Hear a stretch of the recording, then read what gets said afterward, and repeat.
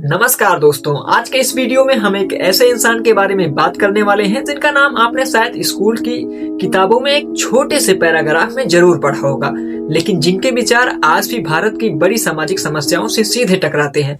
जी हाँ, मैं बात कर रहा हूँ ज्योतिबाबाई फुले की। लेकिन सवाल ये है कि उस समय समाज इतना ज्यादा असमान क्यों था। जी हाँ, उस टाइम का जो समाज था हमारा वो 4 वर्गों में विभाजित था। पहला वर्ग था ब्राह्मण, दूसरा वर्ग था क्षत्रिय, उसके बाद आते थे वैश्य और सबसे लास्ट में और सबसे ज्यादा सताया जाने वाला वर्ग जो था वो था शूद्र, जिसे हम लोग SC ST कहते हैं।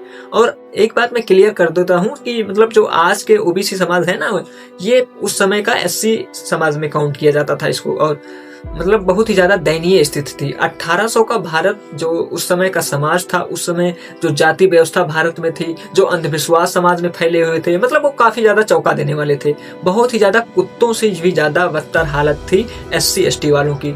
और उन सबके बीच एक व्यक्ति ऐसा निकला जिसने सिस्टम को चुनौती दी। कोई भी व्यक्ति मतलब इतनी ज्यादा असहजता थी, कोई अपनी बात आगे आकर कह नहीं सकता था, लेकिन उन सभी के बीच से निकले ज्योतिबाबाई फुले, जिसने सिस्टम को सीधा चुनौती दी।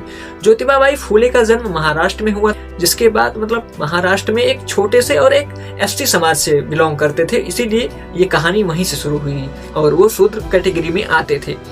बचपन से ही वो शिक्षा से वंचित रह गए। मतलब मैंने आपको अभी बताया कि किस तरह से वहां पर भेदभाव किया जाता था। जो बड़े कैटेगरी के लोग, जो बड़े जाति के लोग होते थे, उनके बच्चों की शिक्षा दी जाती थी। इतना ज्यादा स्तर नीचे था आदर्श समाज वालों का कि मतलब स्कूल में पानी तक नहीं मिलता था। और जो टर्निंग पॉइंट आया, इस बात को हमें समझना होगा। कहां से ज्योतिबाबाई फुले के मन में ये आया कि इस सिस्टम को हमें बदलना है और इसको उखाड़ फेंकना है। तो ये कहानी शुरू हुई थी कि उनके दोस्त के मतलब उनके दोस्त जो एक ब्राह्मण था, वो किसी फंक्शन में या उसी की शायद शादी थी जहां पर ज्योतिबाबाई फुले गए हुए थे। और उसी शादी में उनका इस तरह से अपमान हुआ कि वो अंदर से टूट गई। उन्हें उनके साथ जो शादी में बर्ताव किया गया कि उनको नीचे बैठकर खाना खाना पड़ा और मतलब जूठे पत्तल में खाना पड़ा। और यहीं से उनके मन में ये सवाल उठा कि ये गलती किसकी है। आखिर मतलब वो उनकी गलती है कि वो नीची समाज में पैदा हो गई, नीची जाति में पैदा हो गई, ये उनकी गलती है कि ये दुर्भाग्य है उनका। और वहीं से उन्होंने ठान लिया कि इस सिस्टम को मुझे उखाड़ कर फेंकना है।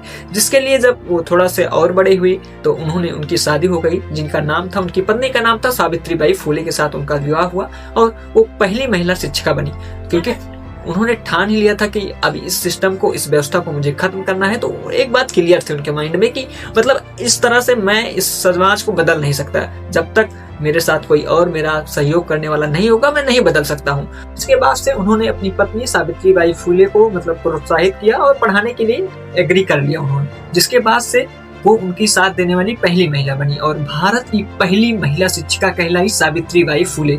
लेकिन उन लोग को भी पता था कि ये राह आसान नहीं है, ये सब करना इतना इजी नहीं है, क्योंकि उस समय का समाज आप इमेजिन नहीं कर सकते कितनी बदतर हालत थी। उनको पता था कि रास्ते में रुकावटें आएंगी। यहाँ तक हालत थे कि उनको गालियां दी जाती थी, पत्थर मारे जाते थे। यहाँ तक कि जब सावित्री जी स्कूल में पढ़ाने जाती थी तो उन पर गोबर फेंका जाता था कि इससे भी वो ना जा पाए। लेकिन इन सब के बीच उन्होंने इसका एक सोल्यूशन निकाला कि वो अपने साथ एक साड़ी लेकर जाती थी। बरों से उनकी साड़ी खराब हो जाती थी और रास्ते में साड़ी चेंज कर लेती थी। तो 1848 में उन्होंने इन दोनों ने मिलकर भारत का जो जहाँ पर शूद्र जाति के लोगों को शिक्षा दी जाती थी, पहला स्कूल बना जहाँ पर लड़कियां प्लस दलित बच्चे शिक्षा ग्रहण कर सकते थे। जी हाँ, उस समय शूद्र वर्ग की जो लड़कियां आती थी ना, उनको भी शिक्षा मिलना मतलब बहुत ज्यादा मुश्किल हो गया था।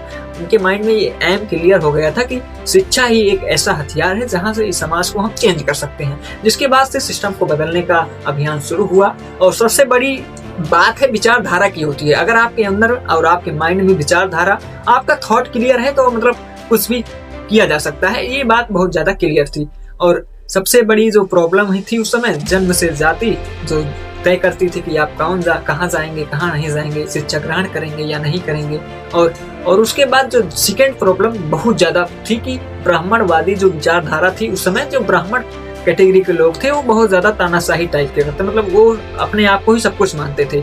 अगर पढ़ाएंगे तो वही पढ़ाएंगे, जो कुछ निर्देश देंगे समाज को, जो हम ही मतलब ले जाना होगा जिस लेवल पर, वही ले जाएंगे और उनका ही कहा चलता था।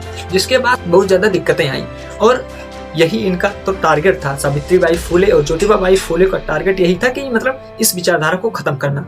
और जिसके बाद उन्होंने संगठन बनाकर इसका मतलब पूरा जो सिस्टम ऑपरेट किया, सिस्टम एक संगठन बना के, और उन्होंने इसके लिए सबसे पहले सत्यशोधक समाज की मतलब और विधवा पुनर्विवाह, बाल विवाह का विरोध किया और असल समाज सुधारक के रूप में आगे आए। जी हाँ, उस समय आपको मैं बताना भूल गया कि मतलब विधवा जो वो पहली बात तो सती प्रथा थी। बाल विवाह का मतलब ये हो गया कि जब लड़कियां बहुत ही कम उम्र की होती हैं तो उनका शादी कर दिया जाता था, तो इसके खिलाफ उन्होंने आवाज उठाई और इसको बंद करवाया। सबसे पहला जो प्रॉब्लम थी वो बाल विवाह ही था, तो बहुत बड़ी सिस्टम की प्रॉब्लम थी कि जो छोटी उम्र में शादी कर दिया जाता था।